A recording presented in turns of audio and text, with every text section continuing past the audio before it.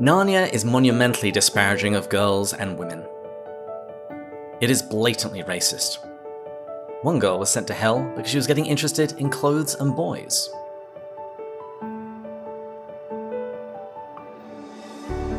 This is Pints with Jack, Season 5, Episode 54, Sexism and Racism in Narnia. After Hours with Dr. Devin Brown.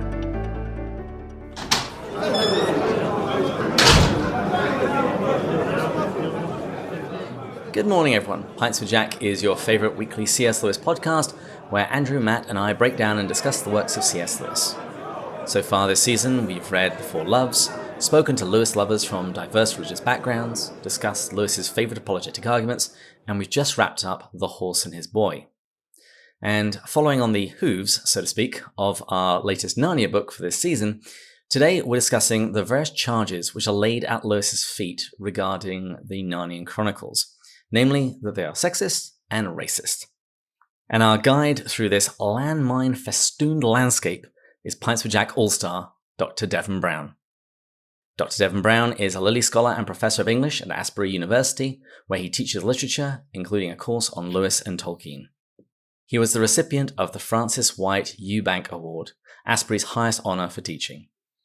He has a PhD from the University of South Carolina and a master's degree from the University of Florida. Dr. Brown is a frequent speaker at conferences and college campuses, and an author of award-winning books such as Inside Narnia and A Life Observed, a spiritual biography of C.S. Lewis. Dr. Devin Brown, welcome back to Pints with Jack. Well, it's great to be back. Thank you. How are you doing today? Well, good. It is springtime, both here and where you are up in Wisconsin, and Kentucky is green and lovely, and we managed to finish the semester at Asbury, and so life is a little bit less frantic, which is always good, right? Absolutely. Everybody in Wisconsin is in just such a great mood now that spring is here.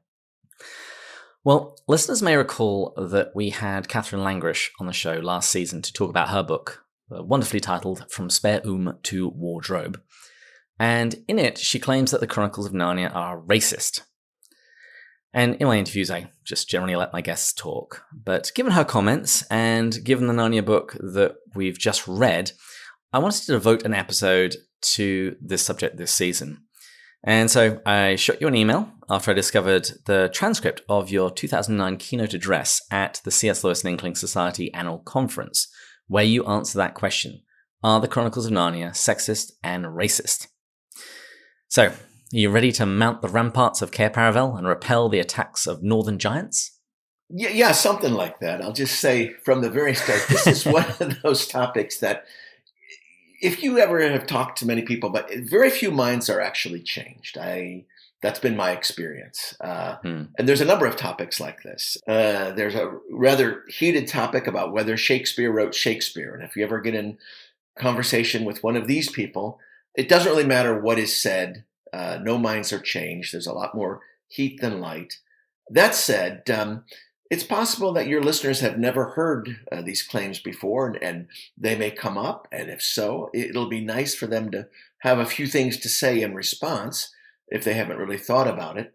I will say this, I teach a Lewis class at Asbury, and when I bring up sexism and racism in Narnia, there's a big yawn because my class goes, well, why are you even talking about this? And I go, yeah, it'd be like starting a Shakespeare class and spending a day or two talking about why you think Shakespeare wrote Shakespeare. If people aren't part of that group that raises these issues, they don't know what's the big deal. And as we'll find, the cases are not particularly well made. There's not a lot factually there to talk about. But that said, your listeners are going to hear this at some place or date. And so it's worthwhile to take the time, look carefully at these issues, and hope that we come up with something helpful. Mm-hmm. And I think it's also helpful for people who have heard somebody make those sexist and racist claims for the first time, that when they Google it, that they come to resources that give an answer. It's always worrying when you hear one side of an argument and then you go looking for another side, and it seems that the criticisms have never been engaged with. And that's not a good sign. So I really wanted this episode to be the episode that I can just send people to in future saying, here's a response. Have a read, or in this case, have a listen. like you say, and it can find an answer, not just a 30-second soundbite with no careful argument, no rational. Let's read some text carefully. It's just sort of vitriol. I don't know what else to call it, and we'll hear some of it. But I have yet to read a carefully laid out case made that they're racist and sexist. Hopefully, in this podcast, we can lay out a very careful, thoughtful reading the text that suggests why they're not. And I'll just say this. I think we ought to start by saying, and I'm sure you agree, racism and sexism are very serious charges. If someone thinks that a certain race is superior to another just because you're that race, or a gender is certainly inferior to another gender, just because those are very serious charges and really bad things. It's not that we think lightly of these things. It's just we don't find them where other people seem to, or claim they seem to. And if you're going to make those big claims, you better have some really good evidence to back it up. And we'll assess the quality of that evidence. Yeah, and I'll say one more thing getting into it. Some of the people that we're going to talk about who've made these accusations, as far as I can tell, aren't necessarily Christian. And so that they don't have quite the same constraints that we might have, which is to respond to someone else's writing or thinking the way you would like them to respond to your writing and thinking, which is not just say things off the top of your head, not make attacks that aren't based in fact and reason. Those are things that we would do. Hopefully.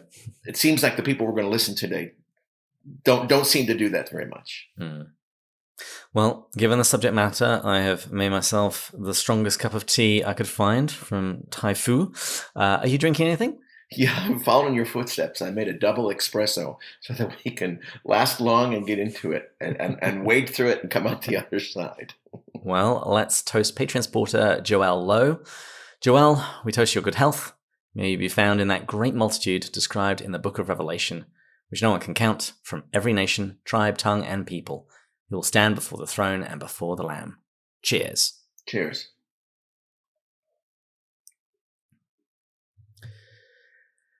Okay, so I had chosen the opening quotation for this episode before I actually read the text of your keynote, but you also reference this same quotation, and it's from Philip Pullman.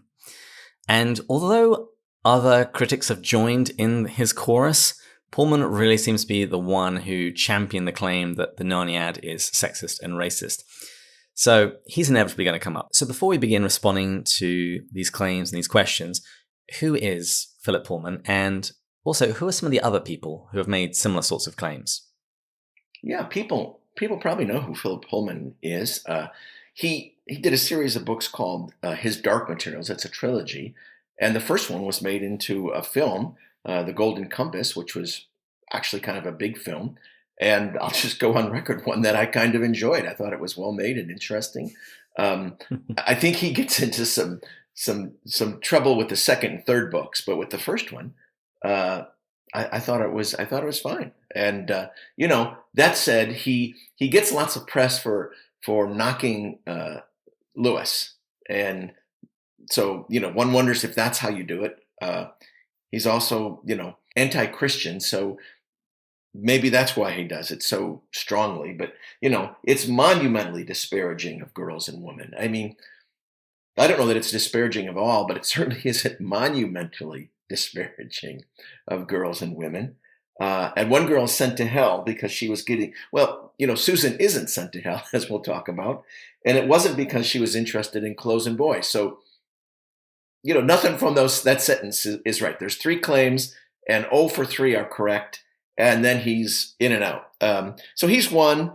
John Goldthwait, who is the Natural History of Make-Believe author, he says that his real reason for writing these 7 novels sprang from his need to put a woman in her place. J.K. Rowling has a brief attack, right? She wants to say Susan is lost to Narnia because she becomes interested in lipstick. Another claim that's not true. She's become irreligious basically because she found sex. Again, not what the text says. Laura Miller, who seems to both like and hate Lewis at the same time, has written a couple pieces about it. And she talks about wincing when she gets back to reading the racism and sexism and snobbery, don't leave that out, in the Chronicles, and wants to call the White Witch a dominatrix. So there's another path we probably won't go down. A.N. Wilson, Lewis's biographer, jumps in. Kath Filmer jumps in. Philip Hensher has said things, who's actually somewhat of a moderate. And Karen Fry jumps in. And all these things together may come up. I mean, people read those, and without going further, they said, well, I read Philip Pullman said it's racist, or, J.K. Rowling says it's sexist. I guess it must be, right? And it'll be good for people to be able to say, well, is it? Let's talk about it. Why would we say it is, or why would we say it isn't? And in your speech, you pointed out that there are some real commonalities which we see when people attack Narnia. So before we get to their particular claims, what are the sorts of things that we see in these disparaging comments, in these hit pieces against Lewis and his Narniad? Yeah, and I'll say the 7 or 8 people we mentioned typically are not writing a whole article about it. They're just making a comment. They're being interviewed. And so they'll offer a sentence.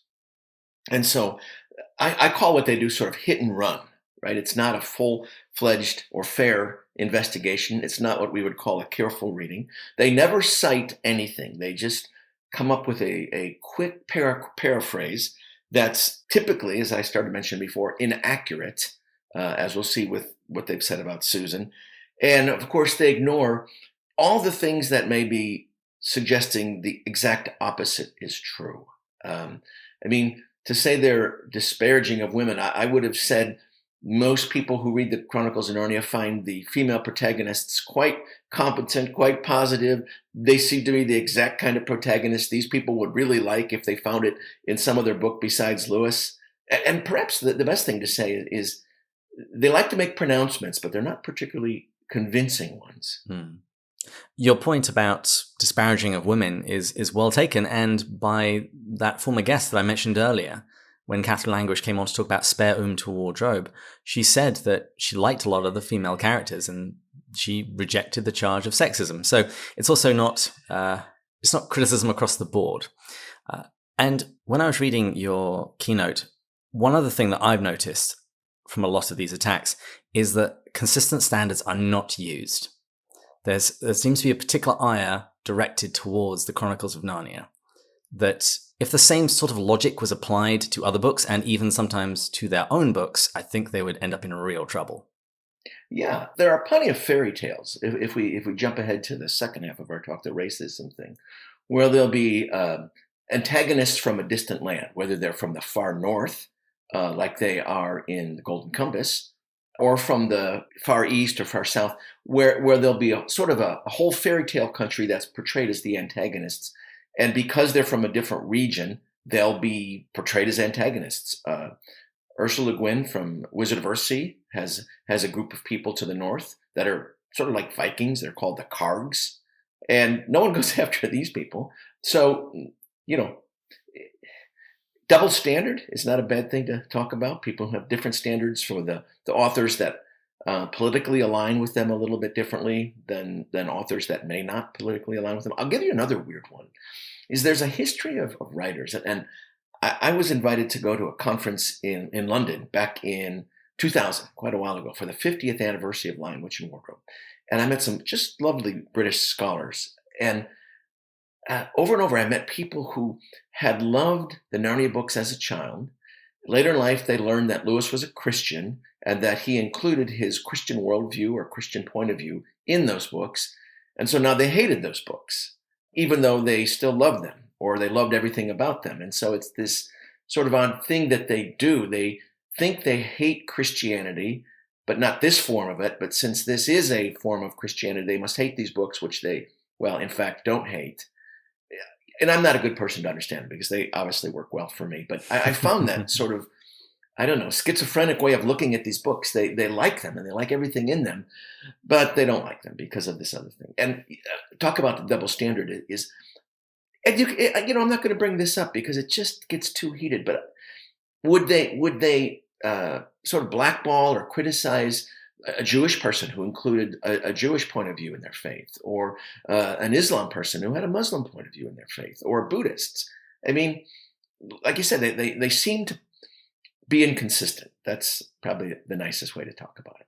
And they would do well to take a leaf out of Lewis's book. There were lots of books that he read that he liked parts of them and could praise parts of them, and the bits that he didn't like, spat out the bones.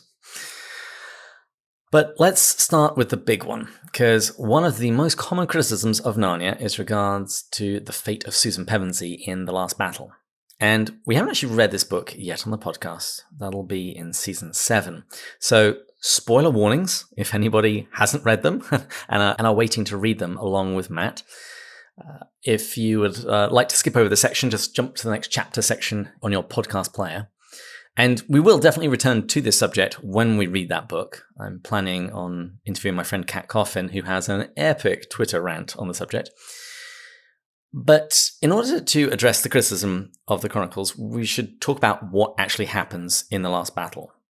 So I'm actually going to read the text, because that's really important, and then we'll ask some questions. My sister Susan, answered Peter shortly and gravely, is no longer a friend of Narnia. Yes, said Eustace, and whenever you've tried to get her to come and talk about Narnia or do anything about Narnia, she says, "Oh, what wonderful memories you have. Fancy you're still thinking about all those funny games we used to play when we were children." "Oh, Susan," said Jill. "She's interested in nothing nowadays, except nylons and lipstick and invitations. She always was a jolly sight too keen on being grown up." "Grown up indeed," said Lady Polly. "I wish she would grow up. She wasted all her school time wanting to be the age she is now, and she'll waste the rest of her life trying to stay that age. Her whole idea is to race on to the silliest time of one's life as quick as she can, and then stop there for as long as she can." Okay, so that was the text. What do people claim about it, and why might that not be correct? Yeah, so the very first thing you read, David, is my sister Susan is no longer a friend of Narnia. I mean, what a profound statement. This is someone who went to Narnia, was a queen in Narnia, went twice, knew Aslan personally, and is no longer a friend of Narnia. She's not there because she doesn't want to be there. She's not there because she's taken an interest in other things. Lewis would say she's taken something that should be first and made it secondary, and she's taken something that should be secondary. And what is that? Nylons, lipsticks, and invitations is sort of all succumb under an umbrella of vanity. She likes being popular, and her popularity and getting invited to parties and being thought of as beautiful has become the most important thing in her life. And so Eustace, who I think has particular insight, every so often Lewis picks someone on purpose to kind of say some things. Whenever you've tried to get her to come and talk about Narnia or do anything about Narnia, she says, "What wonderful memories you have. Fancy you're still thinking about all those funny games we used to play when we were children." Well, your listeners who have got to meet the Green Kirtle lady, right, the Green Witch, that's exactly what she wants to say about Narnia when she's trying to put them under a spell. "Oh, you've made such funny games, and that's fine, this world of make-believe, it's all good for you when you're children, but isn't it time to grow up?" And here's Susan saying words very similar to that this idea of belief in Narnia and Aslan is something childish, something for children, something, that you grow out of. And so she's because of that, she's not on the train. Little spoiler alert for everybody. She's not on the train that has the train wreck that sends them all to Narnia at the end. And so she's not sent to hell, as you'll talk about in a bit, I'm sure. Lewis gets asked about her all the time, and at one point he'll say, "Look, she's still alive in her world, and perhaps she'll get to Narnia in her own way." That's his exact words. So he's not sent to hell, and it's not because she's interested in sex, clothes, or boys. It's because she's not interested in Narnia. And that's a huge saying that if we choose, we can choose to ignore an experience that we've had with God. That we can just say, "Oh, that was something when I was younger. That was a phase I went through."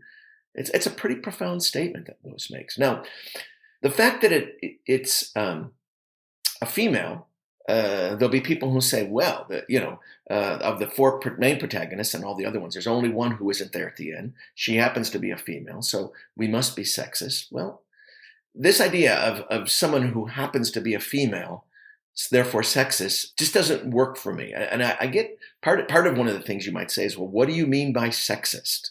And trust me, there's many different definitions. So I'll give you some that probably I don't subscribe to. I wouldn't say an author is sexist if he doesn't have the exact same number of male and female characters, right? Some people want to do that. Lewis is pretty close. That be said, I think he's actually a lot more even than other characters. I mean, from the 2 and 2 that go on the first time, and then often in pairs of 2, whether it's Diggory and Polly or Eustace and Jill, he's actually pretty close. But that doesn't.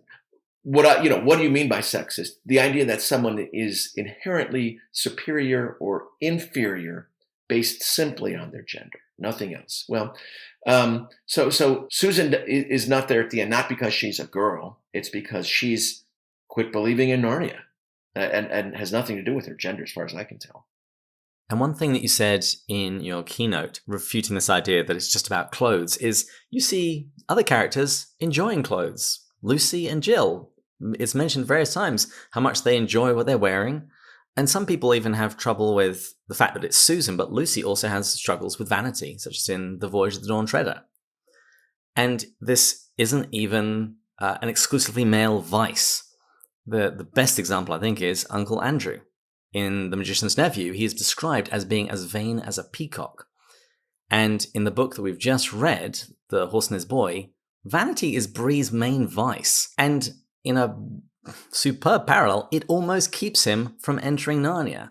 He doesn't want to enter in without his nice tail because it's been cut short, which I would also point out is an echo of The Great Divorce, when people would prefer to hang on to their hellish souvenirs rather than actually enter heaven. But again, Susan hasn't died yet. That's why she's not there.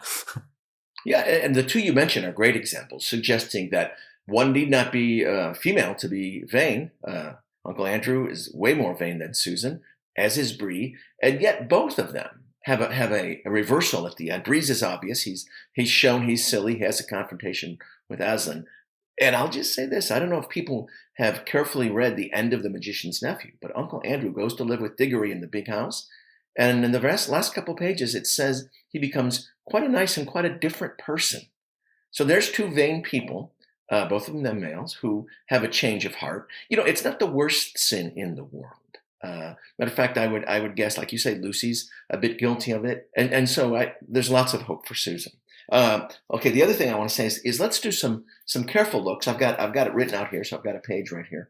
In The Voyage of the Dawn Treader, Lucy thought she was the most fortunate girl in the world. She woke each morning to see the reflection of the sunlit water dancing on the ceiling of her cabin and looked around at all the nice new things she had gotten in the Lone Islands. Sea boots and buskins, cloaks and jerkins and scarves, right?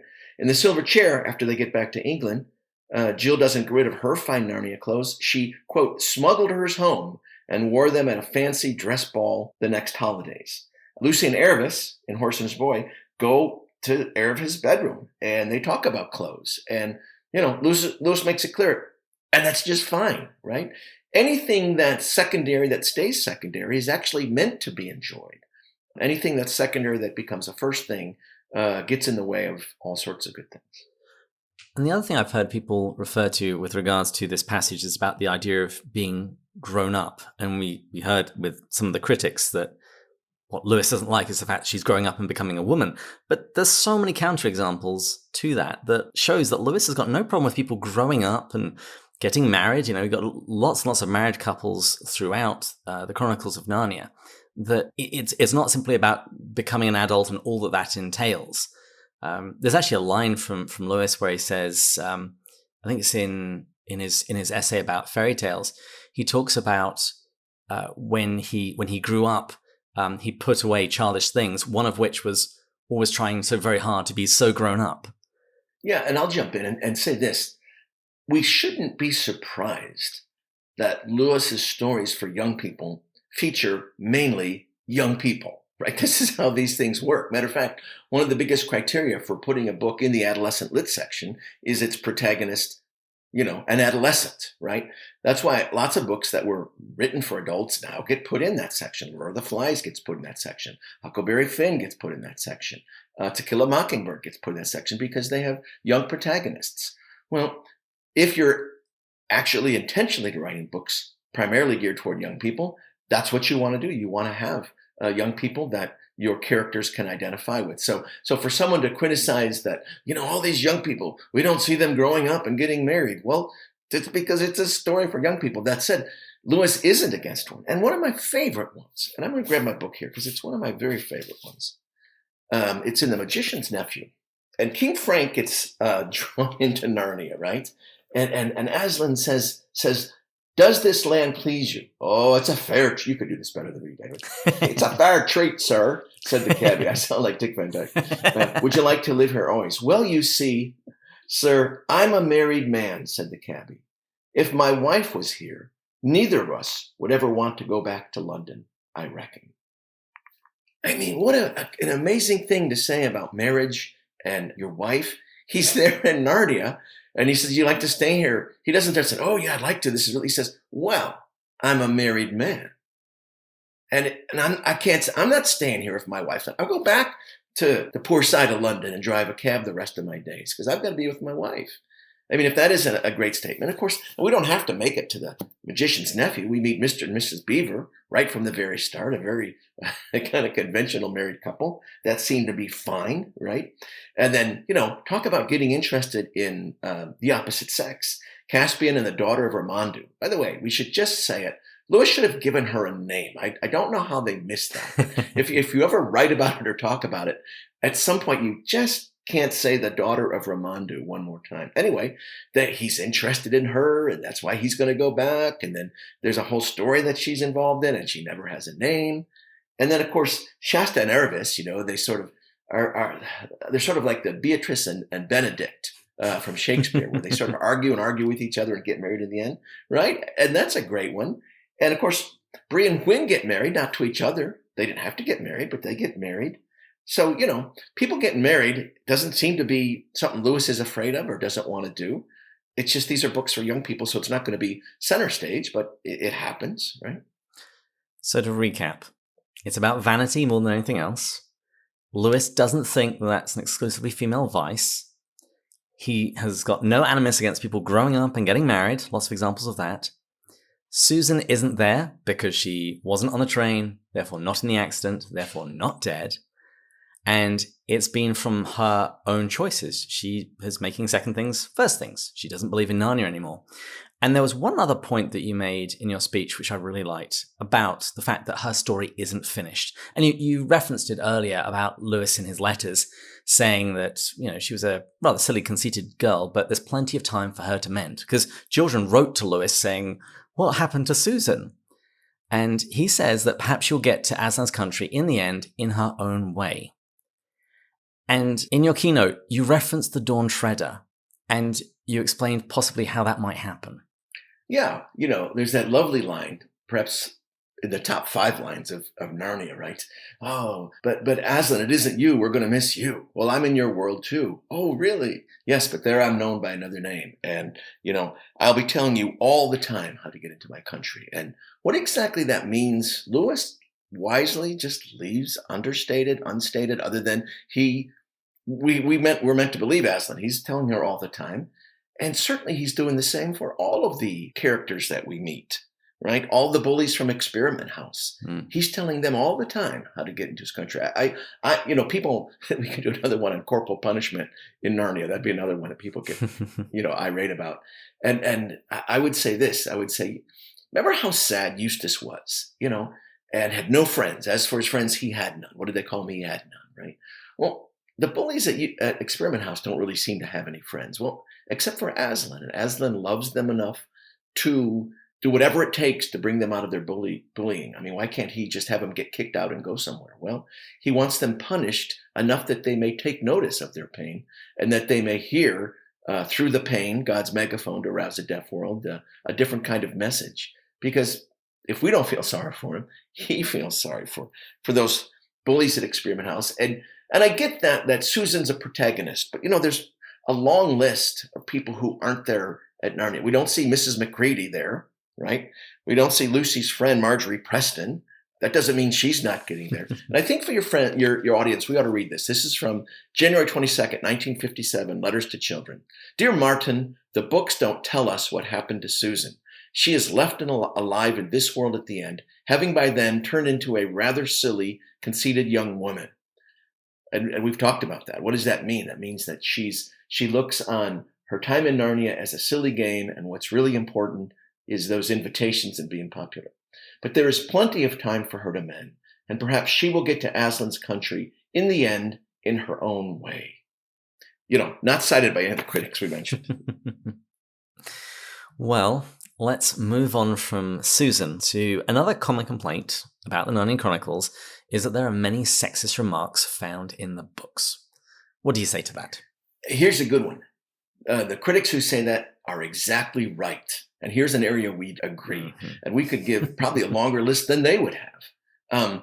The only thing is that we're going to disagree with them about whether they're terrible or not. And let's be honest, I don't think there's any character, from High King Peter down to whoever else you want to talk about, who doesn't make mistakes, isn't an imperfect person, doesn't have a character arc. And when they're young, they say and do all sorts of things that, well, maybe they ask apologies for later or they regret. And so these things that are said by both female and male characters, these sexist remarks that we can go through, rather than having them suggest Lewis himself is sexist, are a part of his characterization. These are the exact kind of things these characters would say at this point, right? And there's as many on each side. So Mrs. Beaver says, don't stand there talking till the tea gets cold, just like men. Now, you've never seen that in any article about how Lewis is so sexist toward men, right? They just ignore that one, right? or Edmund will say, that's in Prince Caspian, that's the worst of girls. They never carry a map in their head. And Lucy snaps back, that's because our heads have something inside them. So you have a double sexist thing, and then Lucy, again, talks when Caspian and Edmund fall under the spell. That's the worst of doing things with boys. You're all such swaggering, bullying idiots. Well, that's kind of a broad brush to paint men with. Certainly a sexist comment. Absolutely a sexist comment. A sexist comment that would suggest Lewis is sexist against men if it wasn't a character saying it rather than him saying it. And let's do one more. Girls never want to know about anything but gossip and rot about people getting engaged, Diggory says, right about as he's about to ring that bell, right, and cause all this trouble, right? And she says, how exactly like a man, So those comments are there, and they're absolutely sexist. And like other behaviors, they're what imperfect people do. And, I talked to a friend of mine who's got kids, and he says, well, I don't know if I want my kids to be reading that stuff because, it sort of normalizes it or gives it a certain kind of authority. And I would say, well, what about all the other horrible things these people do? I mean, watching Edmund betray his brothers and sisters, does that give them authority because it's in a book? I wouldn't say so. And then the other thing I would say is, men, why don't you read these things with your kids and talk about them here? Because all those things we said, both from males and females, are going to be said out in the schoolyard, on the playground, and here we can at least talk about them. Yeah, they're not endorsements. This is the thing that kills me. It's like people that read the Bible and say, well, this bad thing happened in the Bible, or this bad person said this bad thing. It's just because it's recorded doesn't necessarily mean that it's endorsed. Particularly when they come from the antagonist, but even when they come from the people that you would generally regard as the hero or the person whose side we're probably meant to take, it's sometimes a low moment. For example, my namesake in the Bible, King David, said and did lots of great things, said and did some less good things. But just because he said and did them doesn't mean that we're meant to emulate those as well. We're meant to be able to recognize that what is happening here, what is being said here, what is being done here is not good. And one of the things that made me laugh was when I was assembling my list of all the sexist things I could find in Narnia. In The Horse and His Boy, you have a man say, she's as good as a man, or at any rate, as good as a boy. Which is funny because it's an echo of something that Lewis said to his future wife, and she pulled him up on it. When he praised his wife Joy for her manly virtues, she asked him how he would like her to praise him for his womanly virtues. Yeah. And the list we just went down are sexist comments made by what we would call good characters. Now, soon we'll get into another way to portray sexism as wrong. Besides having them be said by imperfect good characters and not to be emulated, is to have them really embraced by the bad guys, the bad characters. But yeah, he has good characters doing many things that are wrong. And I don't think it's too tricky to say yes. And when they say that and snap at each other, Lewis isn't endorsing that. He doesn't endorse this any more than he endorses any of the other mistakes. And often he'll have someone like Jill want to apologize for these kind of snappings and things like that. Mm-hmm. Okay. So the sexist remarks, they're not endorsements, and these are characters. These are regular people who are works in progress. But one comment in particular really irks some critics, and it's what Father Christmas says to Susan and Lucy when he gives them their gifts. He says to Lucy, "The dagger is to defend yourself at great need, for you also are not to be in the battle." "Why, sir?" said Lucy. I don't know, but I think I could be brave enough." "That is not the point," he said, "but battles are ugly when women fight." And it's that last comment there that bothers people. So, what is it with St. Nick? Is Santa sexist? Well, look, I'm going to come out and say that this is a bit problematic, but maybe not always for exactly the reasons these critics say. I don't know how old we're supposed to think Lucy is. I mean, at one point, Walter Hooper suggests he's got a list of the ages of the kids at each book, but the problem is they seem older than they normally would be. So I don't know. Lucy is sort of a 7-year-old-ish. Maybe she's 6, maybe she's 8, but let's just say she's that young. And then Father Christmas says battles are ugly when women fight. Well, Lucy's not a woman, right? She's a girl. And should he have said girls? Did he mean girls there?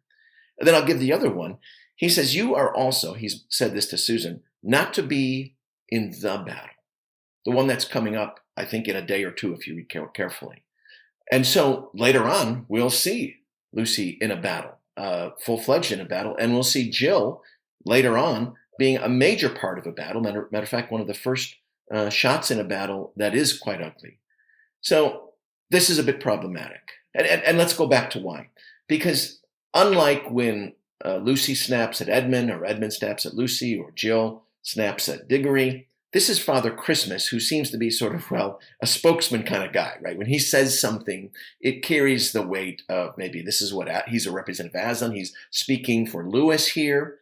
So yeah, it is a little tricky. So there's a little bit to be said for it. One is you're not to be in the battle, and perhaps because you're going to be far weaker. There's going to be no other bad little six-year-old girls for you to fight against, right? You're going to have to fight a giant or something, right? And we see this a little bit when Shasta goes to war, right? To make it equally gender. The hermit is watching in his pool, and he says it's madness to send a child to battle. Because there's no child to fight against. They've not been trained at all. They're out of their depth, right? And I think there was a children's crusade that ended up in a huge disaster. Yep. These children were not equipped for something like that. Anyway, Lewis does a great job of portraying battle. There's a lovely scene, Peter's first battle in Lion, Witch, and Wardrobe, and there's another lovely one when Edmund is, at the last battle, where we're waiting for that line of Calorme to come. Battles are always ugly in the Narnia books, dreadfully so. And so in some ways, the problem here is when he says battles are ugly when women fight, he should have just said battles are ugly when anybody fights. And Lewis himself knew that. Mm-hmm.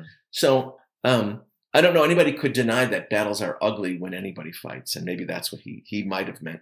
He certainly didn't mean that Lucy wasn't brave enough to be in battle. I wonder how, Lewis wrote pretty fast, as you and I know, but I wonder how much he sort of stopped and thought about what names to give everybody. Peter the Magnificent, yeah. And Susan the Gentle, that's a good one, right? Lucy, what did Lucy, did it just jump to his mind? Yeah, Lucy the Valiant, right? The brave one, the courageous one. What a name. And again, I don't know. I would have thought people would have been thrilled to say, yeah, there's many different kinds of bravery and courage. Courage in battle is just one, and perhaps not the most important one. Being willing to go against what her brothers and sister want to do. They're going to think her stupid when she insists on following Aslan, but she's going to go, I have to go whether you go with me. Here's the youngest kid in the family saying that to, High King Peter. It's a certain kind of valiance that I really admire. Anyway, when she says, I think I could be brave enough, that's not the point, Father Christmas says. He doesn't question her bravery. Readers don't question her bravery. Matter of fact, she even thinks she could be brave enough, and she could be. But she's not supposed to be in this battle. Maybe a later one. And that is an interesting turn of phrase when he talks about the battle. It's referring to this particular one because, as we find out later in the story, both of the girls are going to be doing a different kind of service to Aslan himself directly, and they are going to be going with him right up into the belly of the beast. You want bravery, I think, getting anywhere near that stone table with the White Witch and all of her minions around it, that's going to take some bravery. And I do want to underscore the point that you made about war and that Lewis knew war. I dug out a letter that he wrote to Don Bede Griffith, and he says, "My memories of the last war," so that's World War I, "haunted my dreams for years." And he actually says, "I think death would be much better than to live through another war." He knew the horrors of war, and maybe at times he romanticizes it a little bit, but I think if he had thought for 1 second that those that he loved back home were going to be joining him in the trenches, I don't think anything would have turned his stomach more than the thought of the females in his life being with him on the front line, in the trenches, and the filth, and the death, and the decay. Yeah, and let me read, since we're doing this today, read specifically from Lion, Witch, and Wardrobe, Peter's first battle. It all happened too quickly for Peter to think about it at all. This is him fighting the wolf, right? This is his first battle. He had just time to duck down and plunge his sword as hard as he could between the brute's forelegs into its heart. Then came a horrible, confused moment, like something in a nightmare. He was tugging and pulling, and the wolf seemed neither alive nor dead, and its bared teeth knocked against his forehead, and everything was blood and heat and hair. A moment later, he found that the monster lay dead, and he had drawn his sword out of it and was straightening his back and rubbing the sweat off his face and out of his eyes, and he felt tired all over. Then after a bit, Susan came down the tree. She and Peter felt pretty shaky when they met, and I won't say there wasn't kissing and crying on both sides. No cheering, right? No cheering, none of that heroic music. This was pretty grim. One of the points that you make in your keynote is that over the course of the Chronicles, Lewis's exact position on the role of young girls and women, particularly in battle, is not clear. Yeah, and if we take a careful look at The Horse and His Boy, Shasta in Narnia, we have this lovely picture. There's two characters riding chargers. One is King Edmund, and the other is a fair-haired lady with a merry face who wore a helmet and a mail shirt and carried a bow across her shoulder with a quiver full of arrows, right? So this girl who is not intended to be in that battle certainly marches off to battle this time. And when Corn complains that Lucy's allowed to join, he's told the Queen's grace will do as she pleases. And so, that point about the first battle, or whether Father Christmas is speaking for Lewis, if he is speaking for Lewis, Lucy has overcome Lewis's objections later on and marches off to war no matter what the author seems to want. And in Prince Caspian, Susan is involved in the skirmishes, and her archery in particular is praised. Yeah, and not only is her archery praised, but her readiness. I mean, Peter, perhaps the magnificent and the fighter of them all, is sort of stands frozen, and the next thing you know, he hears a twang, and she's not only shot her bow, strung and shot it, but been smart enough to hit one of the Telmarines on the helmet so that he drops the dwarf. So she responds quicker than he does there. And that brings up another thing. So Father Christmas comes and gives gifts to three children because, Edmund's not there, so he never gets a gift. So Lucy gets this healing cordial, and Peter doesn't. And these people who complain about sexism never say, aha, Lewis is saying that males can't be healers or doctors, right? or archers, right? They never complain about that. They only complain that Lucy wasn't able to fight in the next battle. She's only given a dagger, and it's for her to use only in defense because he's not intending her to be there. So you could call some of this individualism. There's this lovely moment where each person in Narnia is called to do what he does best. We see that when Aslan leads frozen statues out of the witch's castle. We've got strong ones who can carry slower ones. We've got ones who can kind of smell and find out where the battle is up in front. Each one's called on to do what they do best. And if Lucy is her first best destiny is to be a healer, which seems fine with me, maybe Lewis isn't saying that all women are supposed to do that. I mean, take a look in Jill at the last battle, which is another great depiction of the ugliness of war, right? Tyrion barely had time to give his orders. Out of the left, Jill. Try and shoot all you may before they reach us. Then we see it from Eustace's point. Eustace stood with his heart beating terribly. He heard a twang and zip on his left, and one Calormene fell, and then twang and zip again, and the satire was done. Well done, daughter. So a satyr and a Calormene are killed.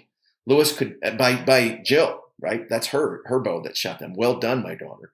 Eustace couldn't remember what happened in the next 2 minutes. It was all like a dream, the sort you have when your temperature is over 100. Anyway, the defeated Calormenes go back, and the bull is down, shot through the eye by an arrow from Jill. Battles are ugly when anybody fights. So, to recap, there's never a question that Lucy isn't brave enough. She's eventually called Lucy the Valiant. Lewis knew what war was like and knew it was hell. And over the course of Chronicles, we see girls and women in battle in different regards. But just to round off this section, I'm just going to say personally, I just stand with Father Christmas. War is horrible, and the thought of a woman being caught up in it just turns my stomach. Yeah. But another comment that some people don't like isn't from a character this time, it's from the narrator at the end of The Silver Chair, when it's noted that the head of Experiment House was a woman. Let me just read the section. And when the head, who was, by the way, a woman, came running out to see what was happening, and when she saw the lion and the broken wall and Caspian and Jill and Eustace, whom she quite failed to recognize, she had hysterics. After that, the head's friends saw that the head was of no use as a head, so they made her an inspector to interfere with other heads. And when they found that she wasn't much good even at that, they got her into Parliament, where she lived happily ever after. So, isn't this a bit sexist? Why did the head have to be a woman? Well, that's a great question. I'm glad you brought this up, because the head, has to be either a man or a woman, right? And so this character happens to be a woman, which doesn't make Lewis sexist because she was a woman. No more than Diggory has an uncle and aunt, right? And his aunt doesn't play a big part, Aunt Letitia, but she seems quite nice and tries to protect Diggory from his crazy uncle. But his uncle Diggory is, quite evil. I mean, Lewis gives him some jokey lines, but beneath the jokes, he's quite sinister. Well, the fact that the uncle happens to be a male and he's the bad guy, and the aunt is quite nice and she's the good guy, doesn't make Lewis sexist. And so this head here, who happens to be a woman, doesn't make Lewis sexist. Here's what I don't find. I like that you read the whole passage, and then when I read the passage, I don't see anything there where Lewis is saying, and because she was a woman, she was inferior or a wacky person. She just happens to be a woman, as she might be at a co-ed school. She might be a headmistress there. And, we don't know that Experiment House turns out to be quite a good school and probably gets a new head. And we don't know whether the next head was a headmistress or a headmaster. And Lewis seems to suggest by not telling us that it doesn't matter. People read this and think, oh, yes, mixed gender schooling, very progressive. Lewis isn't going to like that. Well, at the end of the story, Experiment House becomes quite a good school, and it remains, co-gender. There's boys and girls as students there, and it seems to be just fine. So this is a great illustration. And I'll just say this. There are plenty of examples where an author will have a character who's portrayed as crazy or evil, and if they're crazy or evil, the implication, if they're because of their gender, well, then that's something we should look at. So take a look at Frankenstein, right? Mary Shelley writes this book, and Victor Frankenstein, if people don't know some days, Frankenstein is the name of the doctor who creates this unnamed creature who's actually quite lovely, right? Mm-hmm. Well, Mary Shelley's not sexist for having a male protagonist who's vile. He needs to be male or female. He happens to be male, but she's not vile because he's male. He's a male who is vile. Here's a headmistress who's a bit of a nutter, but not because she's a woman. It's because she's a nutter. So, and I'll get that. If we didn't have other bad characters, if every single bad character was of one gender, then we would have something to talk about. But Lewis is pretty equal opportunity when it comes to bad characters. He's got all different kinds from all different races and all different genders. So this is a great illustration of saying if you've got someone portrayed unsympathetically and negative, they happen to be a woman, that doesn't make you sexist, as long as you've got other women who are portrayed positively and other males who are portrayed negatively. What do you think? There was a question I actually was going to ask you later about Horse and His Boy, and it sort of falls in the same category. I think if Lewis was writing this today, I think this passage would be a little bit different. The mentioning the fact that she was a woman, I would just say, is unnecessary and could very easily be cut. The question of gender didn't need to be mentioned at all. I would say for me, alarms go off in my head a little bit because of the era that I'm living in. Some of the sensitivities that we have today, we are hyper aware of some things that an earlier author just wouldn't have even have thought that this could be, as we would say, triggering for somebody. And I would say that there are a couple of things in this passage which could be triggering. The way that the head is identified as a woman, the fact that it's a parenthetical insertion, who was, by the way, a woman. And also the use of the word hysterics. This is the trope of the hysterical woman. So I think that had Lewis been writing that today, I think he might have adjusted his language a little bit. But I'm still with you. We have bad characters of both genders, so you can't just say, because of this case, this has to be sexist. Yeah, no, those are good points. And that phrase, I'm going to agree 100% with you. And then the head, who was, by the way, I can read it as bad as you want, who was, by the way, a woman. A woman. Came running. So having said that, I wonder if he's doing that, and authors need to do this, to not let you picture somebody who then becomes confusing. And then the head, who, leave that off, came running out to see what was happening. And when she saw the lion, now you and I could have left that parenthetical thing and just said that when she saw the lion, and it would have been a little bit less there. That said, I'm afraid Lewis is thinking that people are going to get confused that when she saw the lion, well, the head, and maybe the problem is they weren't using headmistress at that point. They were using head. And I imagine they weren't that common. But yeah, you're exactly, I would have found a different way. I wouldn't have had a trouble with him keeping her. I might have, like you say, written a little bit slightly differently, so you couldn't, if you wanted to, who was, by the way, a woman, right? And you can't do that. And then maybe I would have shown her replacement, who was another great head, who also was a woman. That would have been another nice way out of it, to make it clear he wasn't doing that.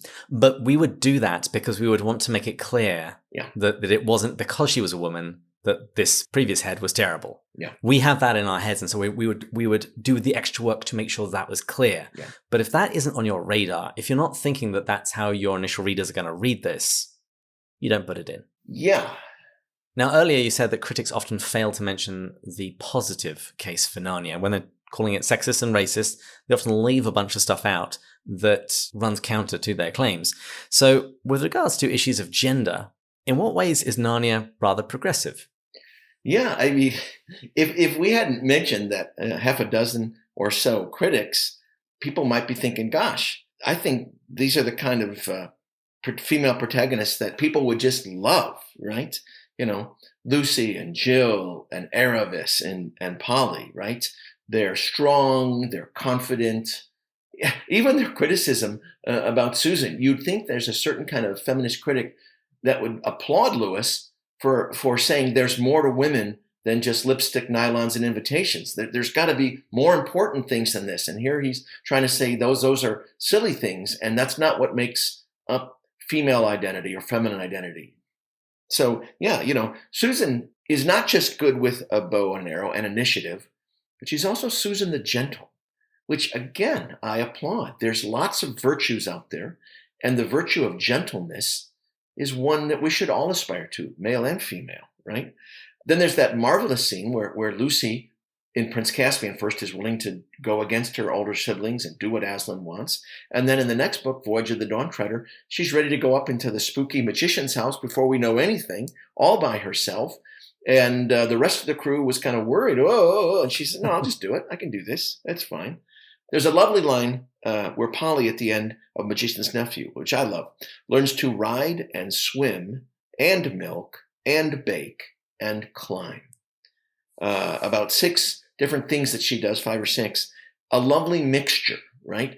Which suggests she can do all sorts of things that she likes. She doesn't just ride and swim and climb. She also may like to bake if she wants. I mean, she's interested in all sorts of things. And then, of course, Jill, she's been told by the king of Narnia, you wait here. And all of a sudden she sees this opening and sneaks into the stable. And without giving anyone's permission, asking anybody, can I do this? goes in and rescues Puzzle all on her own. And to her credit, a little bit earlier, they kind of are getting lost in the brush going somewhere, and Tyrion recognizes that unlike girls who don't have a compass in their head, she's got a great compass in her head. Mm-hmm. And he puts her in charge of leading them, not Eustace, and wait a minute, not even himself, not even the local king of Narnia, the last king of Narnia, puts her in charge of doing that sort of thing. And, to go from there to monumentally disparaging of females, I'm just like, come on, guys. If you want us to take you seriously, you have to give it a serious reading, not skip over all of these positive things that if you were sitting here, if we had a third screen on our window, you would agree that those are all great portraits of female protagonists you would like your daughter to read and emulate. You'd like her to be like Lucy and Jill and Polly and Aravis, right? Those are all great models for girls. It's almost like an inductive fallacy, where they're looking at the instances where women and female characters are portrayed in a negative light and assuming that that is therefore universal throughout Lewis, rather than actually looking at the data and seeing, you know what, it's actually a really mixed bag. As you say, Lewis is equal opportunities when it comes to good and bad characters, regardless of whatever their physical characteristics are. And one of the things that you pointed out, which I really like, is that feminine things aren't rejected. People who know me know that I couldn't stand Captain Marvel and I absolutely loved Wonder Woman. And it was because I felt that they made this mistake. They tried to make Captain Marvel just invincible, and anything soft and kind sort of seemed to disappear. Whereas in Wonder Woman, you see a real three-dimensional character. And Lewis doesn't simply turn his girls into tomboys, saying, they're girls just pretending to be boys. They're just free to be who they want to be. The line that you put in your keynote was, compassionate, confident, and capable heroines like these, females who make their own choices and can lead as well as follow, are a distinguishing element of the Narnia stories. Yeah, and I don't know how you argue against that. I mean, I'm not trying to make some sort of radical case that no one else sees. It seems, pretty obvious to me that that's the kind of characters that we're talking about. And so we've got to do this podcast because people are going to come across it. But if you're not trying to look for some sort of, this is a classic example of what I would call a bad English paper, where someone finds some goofy line, maybe 3 words long, and it turns into an entire thesis for a whole novel that has no support anywhere else. You have to ignore pages and pages of relevant evidence and turn this one line into this huge, all-encompassing way to look at things and squint and look through things through this line only that don't need to go through that and ignore other things. Yeah, compassionate, confident, and capable heroines. That's the female protagonists we find in the Chronicles of Narnia. And you also noted that they don't all have the same vocation. Many of them become married. Helen, Aravis, and Ramandu's daughter. What was the name that Douglas Gresham gave her for the movie? Liliandel? Something like that. Yeah. I like that. She gets married, and we're meant to think that's great, right? Yeah. And yet, Polly doesn't get married, and that's fine. Yeah, which I think is another stroke of genius. Yeah, we don't feel sorry for her. We say, oh, gosh, if only she got married. She's been so unfulfilled. If they want to get married, they get married. If they don't want to get married, it seems, I don't know the better word, but it seems rather progressive of Lewis to do that. And again, it seems the exact kind of example that you'd think these kind of critics would applaud, but they just kind of ignore it. So that's kind of what happens. And why they ignore it, well, that's another whole story, isn't it? And a couple of other points that we've mentioned earlier, but they're worth emphasizing here, that Lewis shows men and women being equally capable of good and evil. So you've got the White Witch and the Lady of the Green Kirtle on one side for the bad females, but for the male baddies, you've got Miraz, Serpespian, Glozelle, Eustace, Pug, Gumpus, Rabadash, Ginger, Shift, and Uncle Andrew. So anybody is capable of good, or in this case, evil.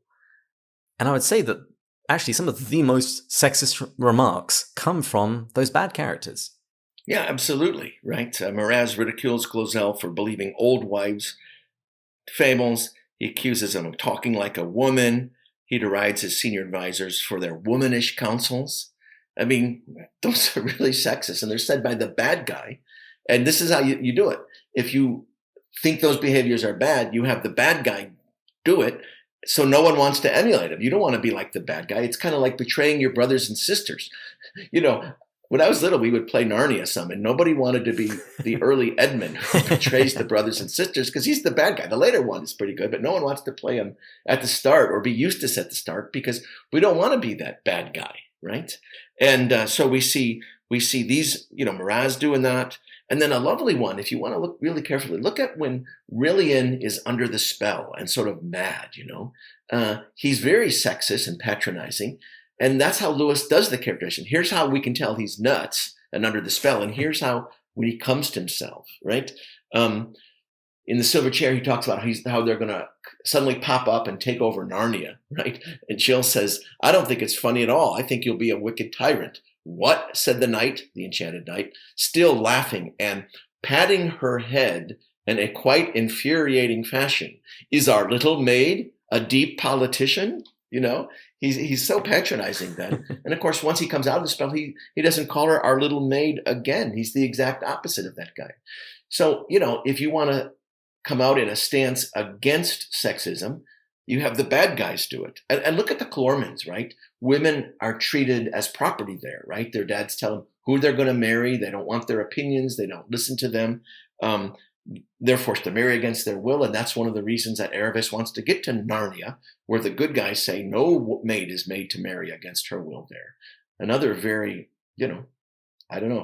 progressive stance. We keep using progressive. I don't want to use feminist because there's so many different meanings for that. But it's a very progressive stance to say, nobody should be made to marry somebody they don't want to.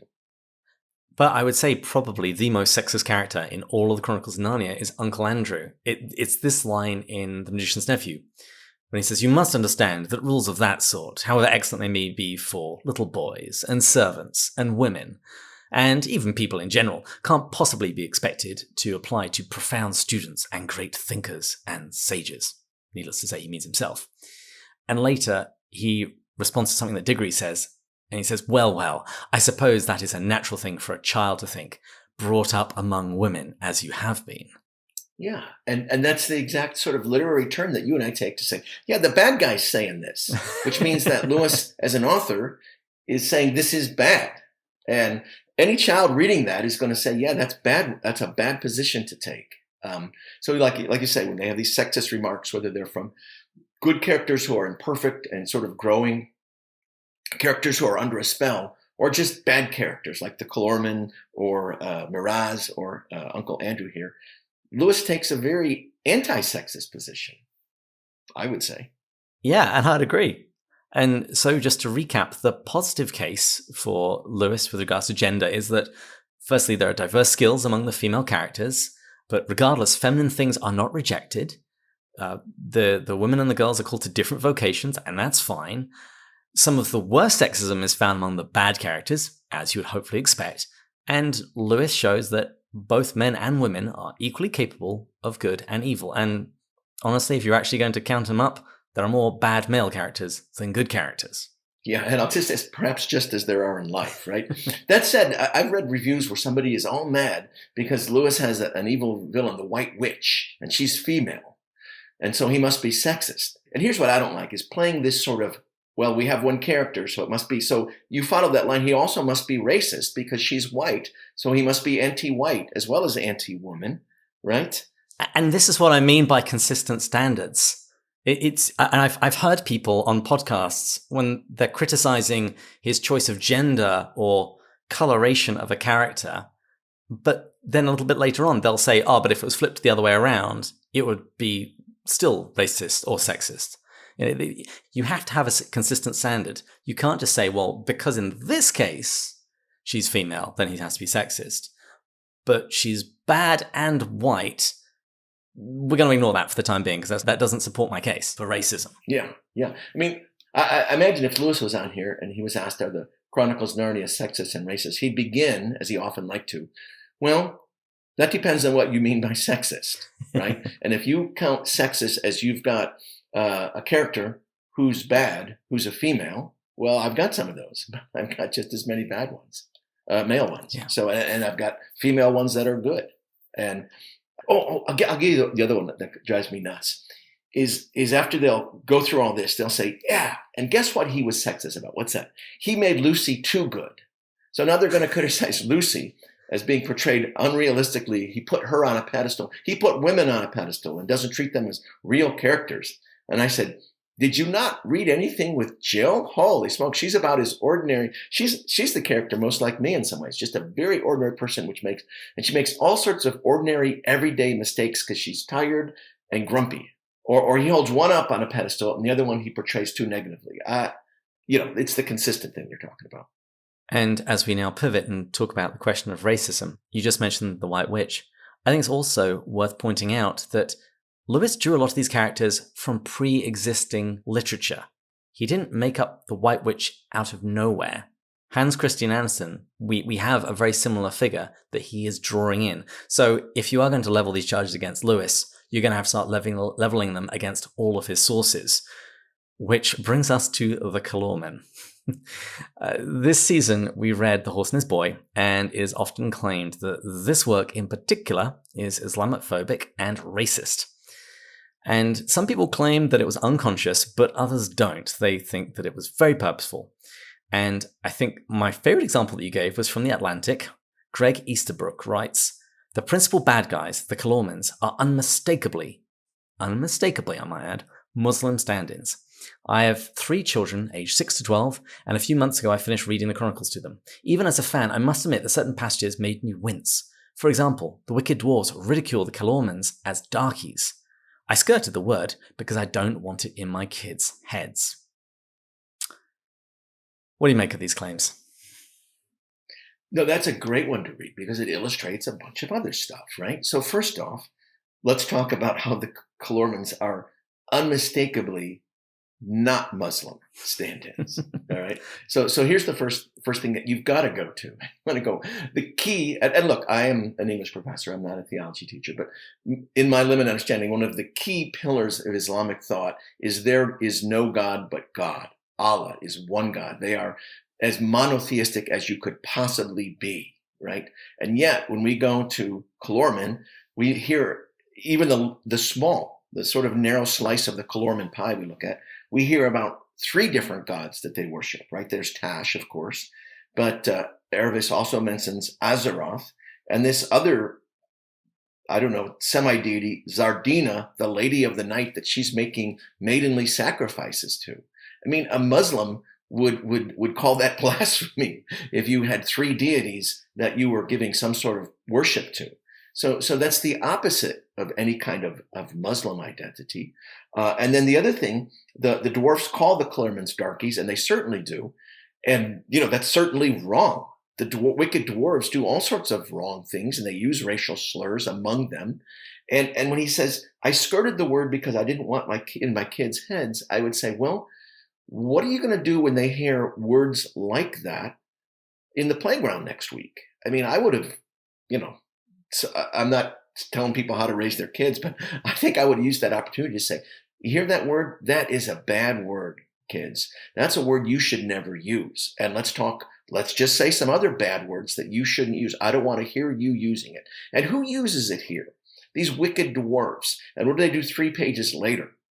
They shoot the talking horses to keep the battle even.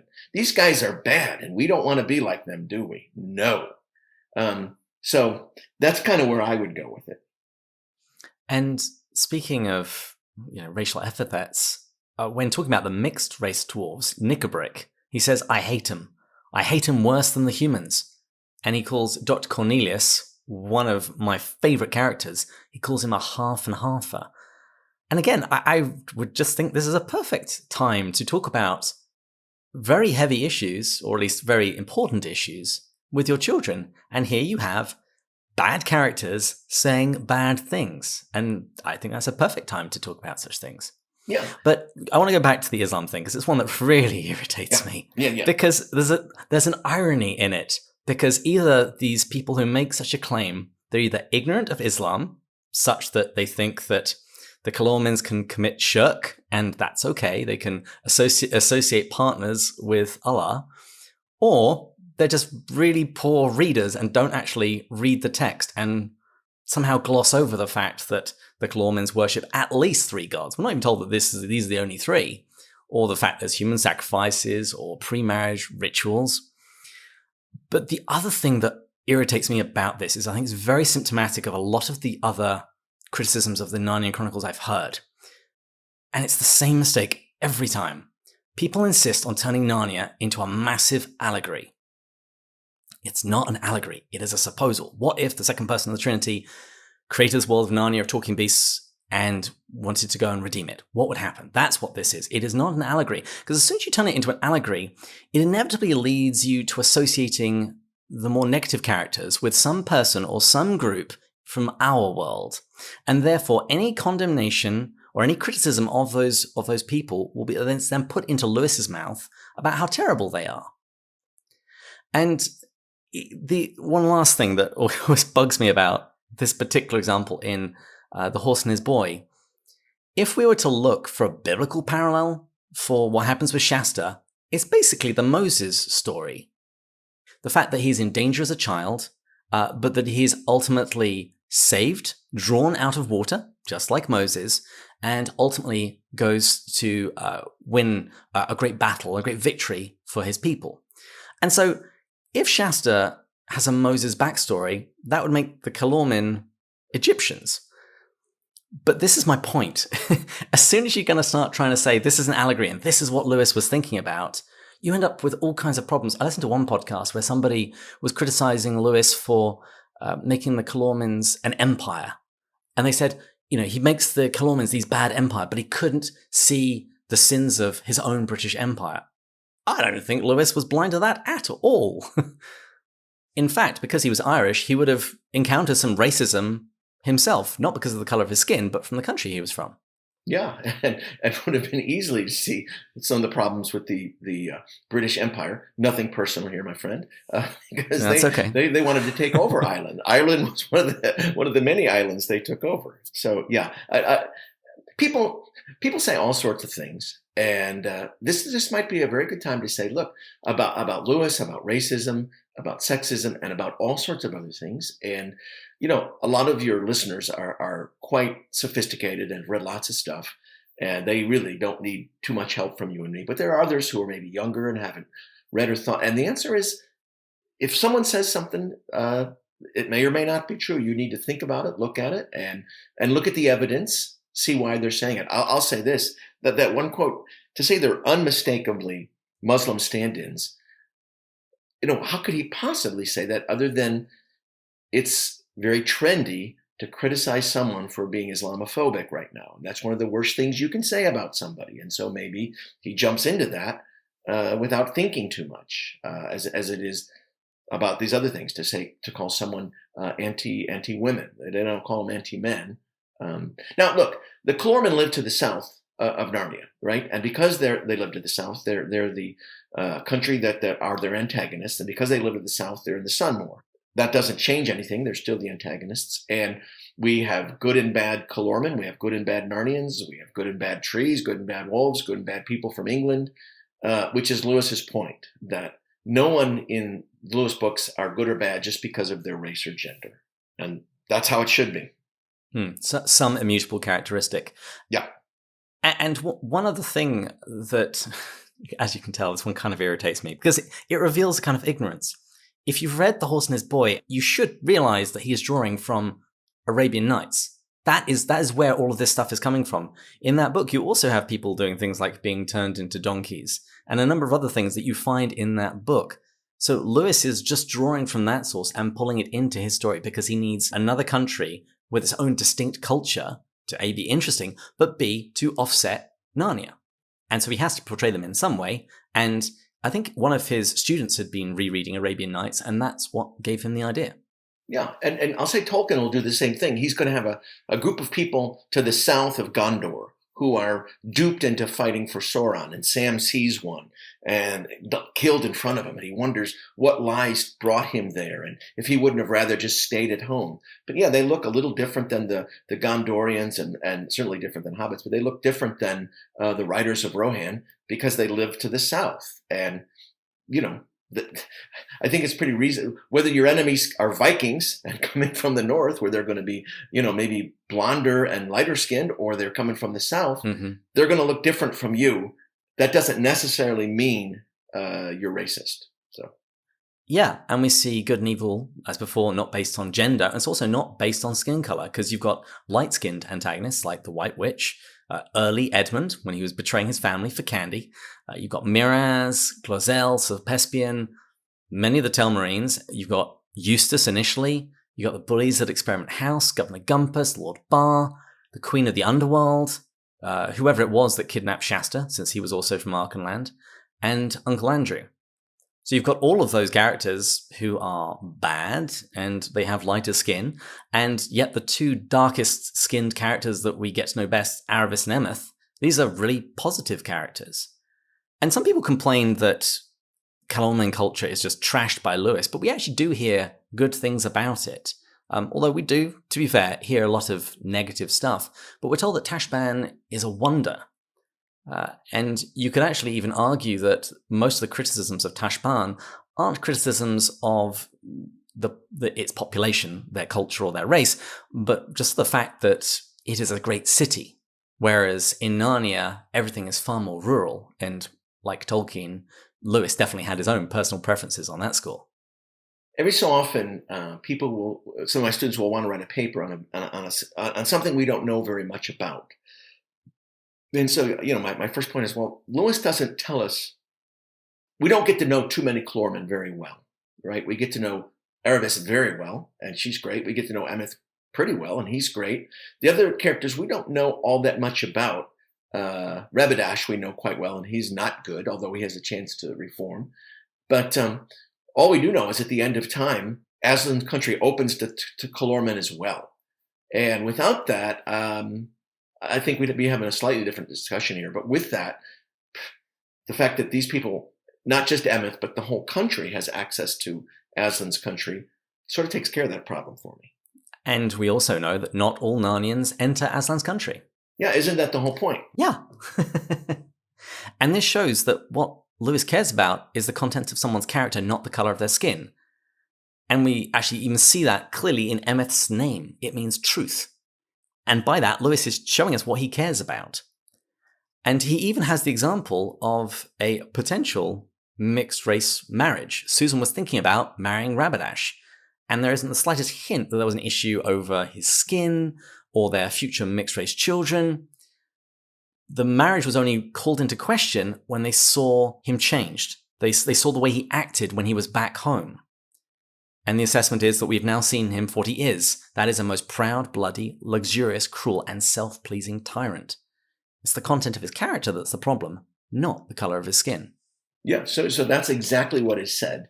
And look at what's not said, right? Truly, sister, says Edmund, I should have loved you the less if you had taken him, as your husband. And he doesn't go down this, because he's not a friend of Narnia. He's not a friend of Aslan. They eat different food than us. What are your kids going to look like? What about the holidays? How are you going to celebrate? None of that. It's the thing that you say. He's a most proud, bloody, luxurious, cruel, and self-serving tyrant. That's why, brothers are often kind of critical of their sisters' boyfriends and fiancés. But he draws the line. He has nothing to say about his race. It's all based on his character. Now, one other thing that we should probably say about Narnia is it is one of the most diverse worlds in all of fiction. You've got trees, dwarves, talking beasts, humans. Again, we see that it's a very equal opportunity in terms of who is good and who is bad. Although you do see some indications in Prince Caspian that some creatures are assumed to be bad. There's references to an ogre and a hag that could be introduced to Caspian to join his side. And Caspian doesn't want them to join their side. Whereas, Nickabrick doesn't care. All he wants is power. Yeah, and to their credit, the people who want to talk about racism in Narnia often don't bring up these rather obscure one or two races in this imaginary land that are portrayed as not being redeemable, right? Kind of like the orcs. Kind of like the orcs, or even better, the Dementors in Harry Potter, right? There's this kind of being that doesn't seem redeemable, that's only bad. Now, that's where we have to draw a line and say, look, they're saying nothing about anything in our world. In this imaginary world, we've got an imaginary race that seems to be soulless and irredeemable, that has no counterpart in our world. But it would also be kind of like somebody reading the Bible and complaining that there aren't any good demons. Yeah. And the answer is we don't hear too much about demons. It's possible that demons were given a choice at some point and they make a choice, and whether they can undo that choice or not. I mean, again, this is a classic example of what do we have? A whole sentence there about hags and ogres and, to draw any kind of conclusion on a sentence is you're building a big story on a very, very small foundation. I mean, take a look at the line you read. We want none of that sort on our side, right? What if that was mixed race dwarves, right? Or what if it was good, helpful Calormen, or fill in any of that sort? Then all of a sudden Lewis is in deep trouble. But he has a couple of imaginary races that are like the Dementors, not capable of redemption, and are just characterized by using the wrong methods for their ends, right? They don't care about means. They don't have any kind of standards for, we can't do that to get this thing accomplished. Matter of fact, we are going to do this bad means to get to our ends. So. Mm-hmm. And that is his point throughout that book and in subsequent books about the means and the ends do not justify the means. But also, to circle back to what I mentioned before, he is drawing on very well-established literary imagery. I don't think I've ever read a book where there was a good hag, and the only good ogre I can think of is Shrek. Yeah. That isn't the story he wants to tell of a couple ogres who became good. I don't know. They could, but not in this story. That's not the story he's telling here. So to recap, charges of Islamophobia and racism in Narnia. Firstly, the Calormens have fundamental dissimilarities with Islam. The racial slurs typically come from the antagonists. They are not good characters. Good and evil is not based on skin color. The eternal destination of everybody seems to be up for grabs, as we see with Tashbaan being connected to Aslan's country. We see that Lewis, no doubt, experienced some racism himself, being Irish, and that what Lewis cares about more than anything throughout the books, but particularly in The Horse and His Boy, and we see again in The Last Battle, is the content of someone's character, not an immutable trait like the color of their skin. Now, earlier, you gave the positive case for gender. What's the positive case for race? Yeah, and of course the biggest one is just the diversity of characters in Narnia, right? I mean, I've never counted how many different races mix and mingle in harmony there. All sorts of different races, different sizes, shapes, colors, right? Narnia wouldn't be Narnia if it was all hedgehogs. I mean, that could be a story, but it's not this story, right? And then, one of the greatest ones comes when Dr. Cornelius shows up. And, Knickerbrick says, we got to get him out of here, this half and halfer, right? And I love this line. Caspian declares, this is my greatest friend. He was the savior of my life. And anyone who doesn't like his company can leave my army at once. What a stand. What a stand. I mean, picture somebody telling a racist joke or saying something bad about someone because of their race. And you say, hey, this guy's my friend. And if you don't like his company, then you get out of here because he's staying. I mean, it's a lovely moment. And of course, it never gets discussed by people who want to talk about racism in Narnia. Mm. And earlier I spoke about the potential mixed race marriage between Susan and Rabadash, but in The Horse and His Boy, it actually ends with a mixed race marriage of Kor and Aravis. And we're told that their mixed race son, Ram the Great, becomes the most famous of all the kings of Archenland. And Lewis wasn't compelled for them to marry at all. There was no reason that he had to put that in the story. No, they didn't have to get married. They didn't have to have a son. Quinn and Bree, they get married, but not to each other. Yeah. And the other thing I love about this is they do get married, and he doesn't say a word about it. And he said, and they had a wonderful mixed race marriage, and their mixed race son was Ram the Great. Race is so non-important that we have to go back and, oh my gosh, yeah, that was a mixed race marriage. Oh my gosh, they had a mixed race child who became the greatest king of Archenland, which was not mixed race. We have to go back and do that because he wants to suggest it matters so little, right? So little. I got one other thing to read, and this is this one. Shasta comes into town, he sees this group of people coming up, right? And it's going to be the Narnians, right? Instead of being grave and mysterious like the Clormans, they walked with a swing and let their arms and shoulders go free and chatted and laughed. One was whistling, and you could see they were ready to be friends with anyone who was friendly. I mean, there's another lovely thing. He doesn't, and we're going to talk a little bit later about if they make the movie, what they might do to mitigate criticism about this sort of thing. And I would expand that scene. I would show the Narnians being friends with all sorts of Calormans who wanted to be friends with them, laughing, talking, buying something. Here, have some tea with us. Oh, here, I brought you some chocolate from Narnia. I mean, to expand that bit, because it's in there. It's not like it's not in. They're ready to be friends with anybody who wanted to be friendly. I think it'd be really funny, Edmund offering somebody some Turkish delight with a glint in his eye. Yeah, something like that. Something like that.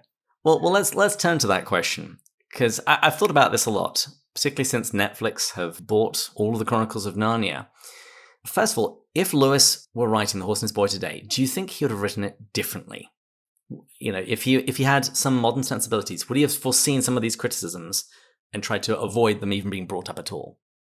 Well, only in, like you say, the way he said certain things. Who was, by the way, a woman. Things that could possibly be misread. I don't think he would have felt, oh, I have to make this nutter woman mistress into a nutter man headmaster. I don't think he would have felt any compunction, because he's already made it clear that being a nutter is...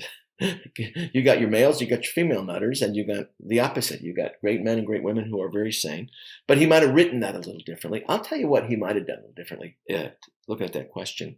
I went back and looked at Pauline Baines's drawings from Calorman, and she in particular takes them straight out of sort of Aladdin pictures, right? I mean, They look exactly like the Arabian Nights. And there's no reason why they have to look exactly like the Arabian Nights. I mean, I think we're meant to think that they look different than the Narnians, but surely they wouldn't look exactly like these earthly stories have to be. And so when we give them turbans and puffy pants and pointed shoes, we could make them really look otherworldly in their turbans and puffy pants and pointed shoes and not look like something from Aladdin. I guess the other thing is I would show some of the go ahead and show some of the polytheism that's there.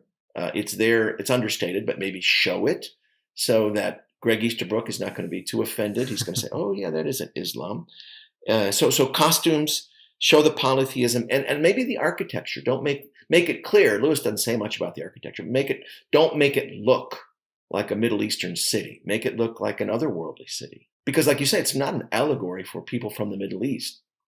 Or you could actually even be a little bit cheeky. Christianity is itself an Eastern religion. So maybe you could have some early Byzantine architecture. Yeah.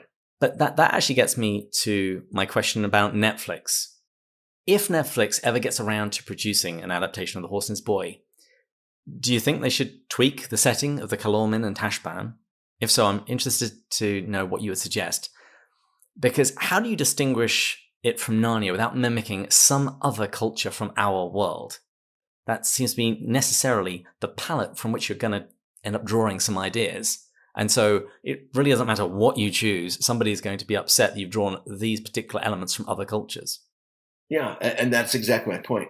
Try and not make it look, you know who does a pretty good job of depicting other cultures, I think, is Star Trek. Just thinking that. These guys go to all different worlds, and the people wear their hair in crazy ways, and their houses look different, and their goblets and their drinks look different, and no one can complain that you're trying to make some group on Earth look different, because it doesn't look like anything on Earth, and it need not be. So let's go backward.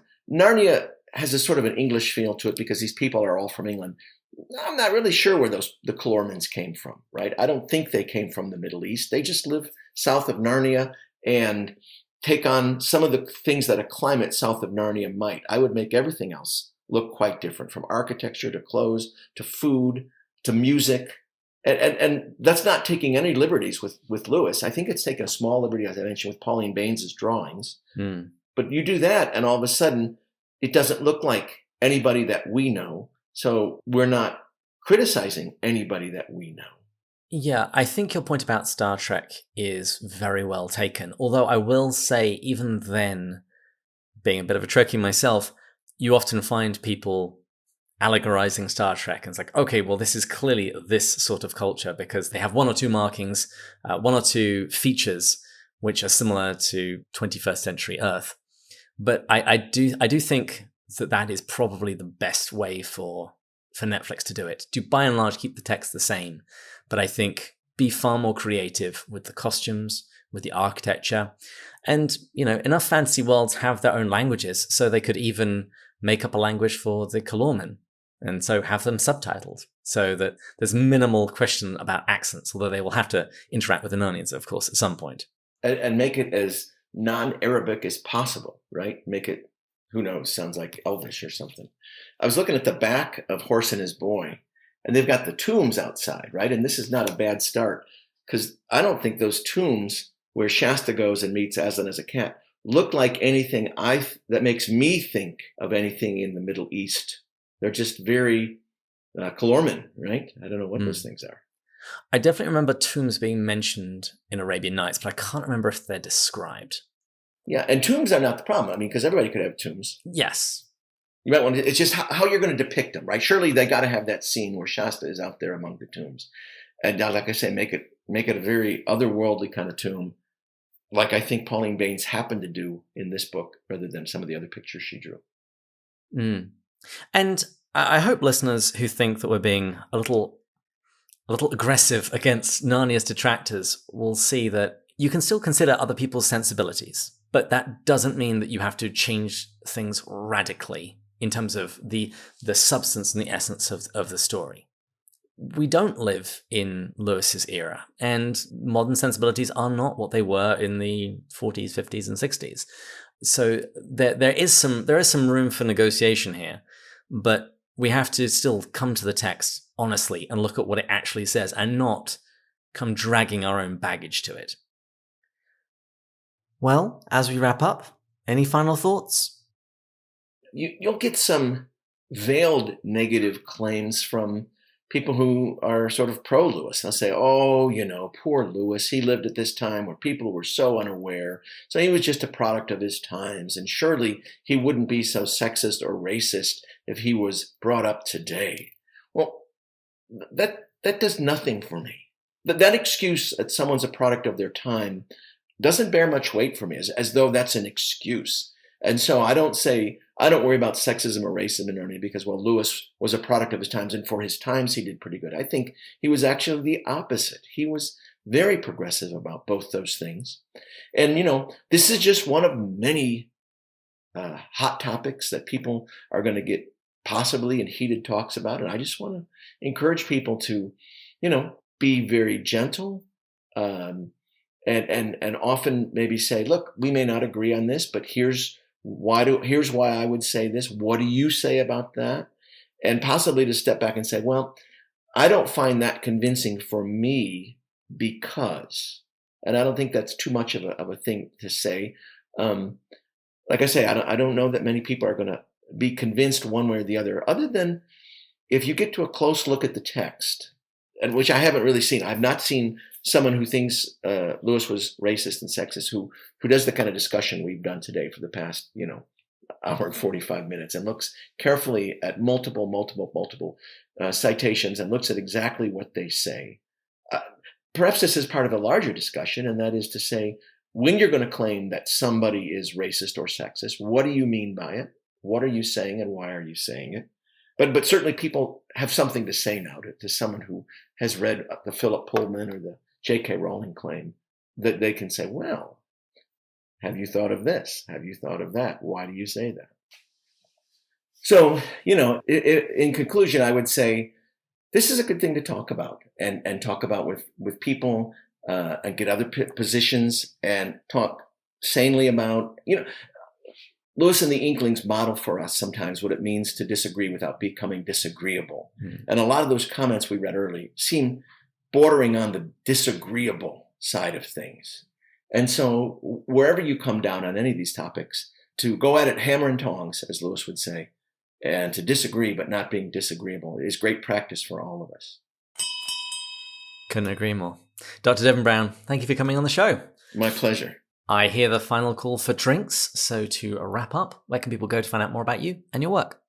Yeah, best place is probably my webpage at asbury.edu.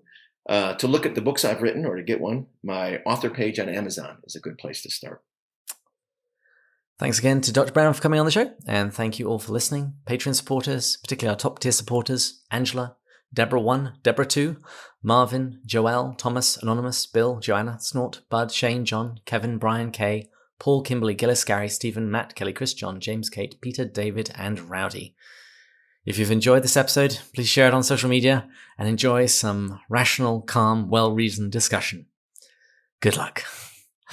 For the rest of this month, we're going to be interviewing a number of authors about their books. Jason Baxter, Braxton Hunter, Justin Wiggins. And next month, we'll begin our final series of the season, where we'll be looking at Lewis's poetry. So many people have told me that Lewis's poetry wasn't very good, but I've been reading it over the past few months, and I have been pleasantly surprised. So please join us then, when we'll be going further up and further in. Cheers! Cheers.